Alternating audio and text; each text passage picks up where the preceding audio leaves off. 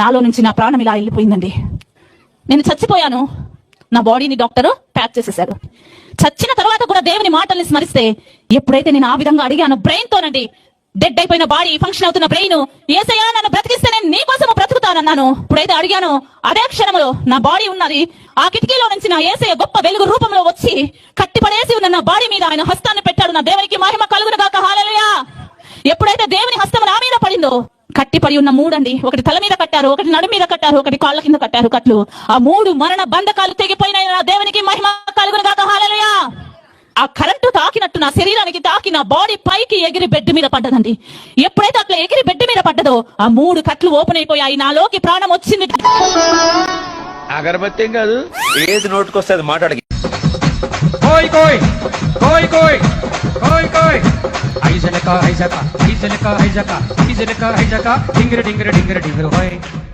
దాంట్లో కొన్ని రిజల్ట్స్ ఉన్నాయి. నేను డిసిషన్ అడిగింది, ముసలం పడిపోయింది. మేము పడిపోయింది అనుకున్నాం. ఆ ముసలం చచ్చిపోగానే మీటింగ్ పెట్టిన ఆ బంధువులందరూ వచ్చి మీటింగ్ పెట్టిన పాస్టర్ని చెప్పి నన్ను వినయ్ గారు పెచ్చ కొట్టారు. నేను ఇలాంటి స్టేజ్ కింద వెళ్ళిపోయా.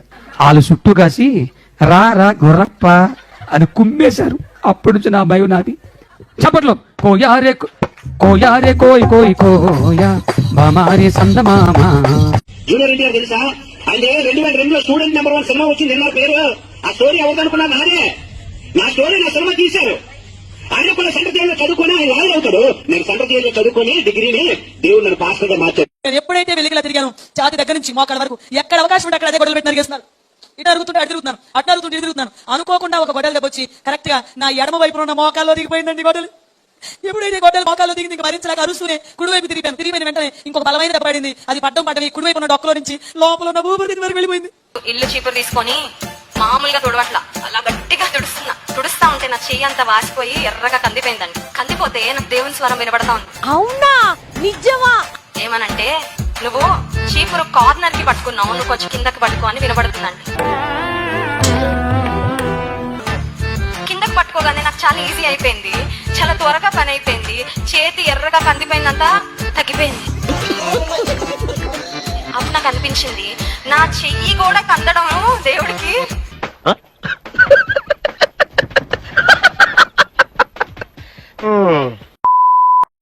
స్టైల్ మారింది, నడక మారింది. సో ఆ రోజు పడుకున్నప్పుడు నాకు డీజీ దినకరంతా నా కళలో వచ్చి అన్నారు, అమ్మ దేవుడు నన్ను నీ దగ్గరికి పంపించారు, నీకు పేరు మార్చాలని అన్నారు.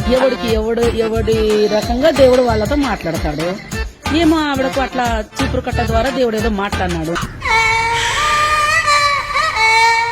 ఒకసారి జాయ్ చరణ్ అంటే కూడా చెప్పాను, పాలు వేడి పెడుతుంటే దేవుడు మాట్లాడినాడంట.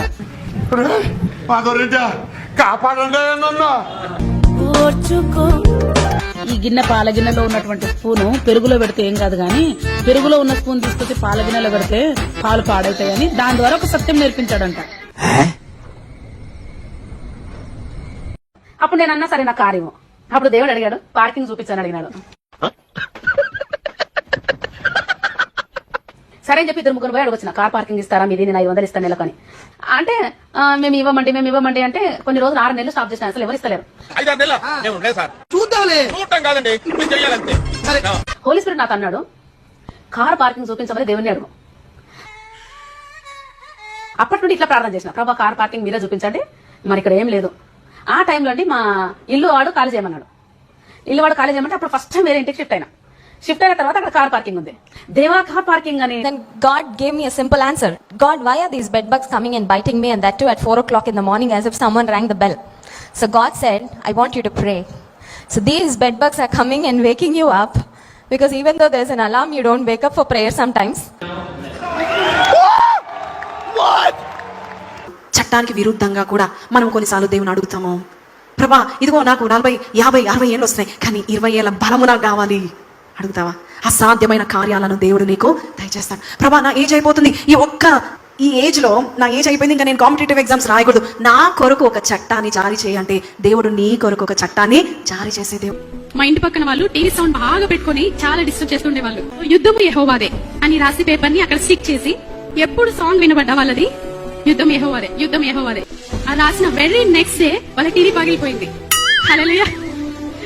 ఇంకా చాలా ఉన్నాయి. అయితే డిగ్రీ చదువుతున్న టైంలో 2 గంటల ప్రయాణం. నా కాలేజ్ 8ంటికే స్టార్ట్ అయిపోయింది. నేను వెళ్ళేసరికి ఒక పీరియడ్ కూడా అయిపోయింది. ఒక ఫస్ట్ క్లాస్ అసలు నేను అటెండ్ అవ్వట్లేదు.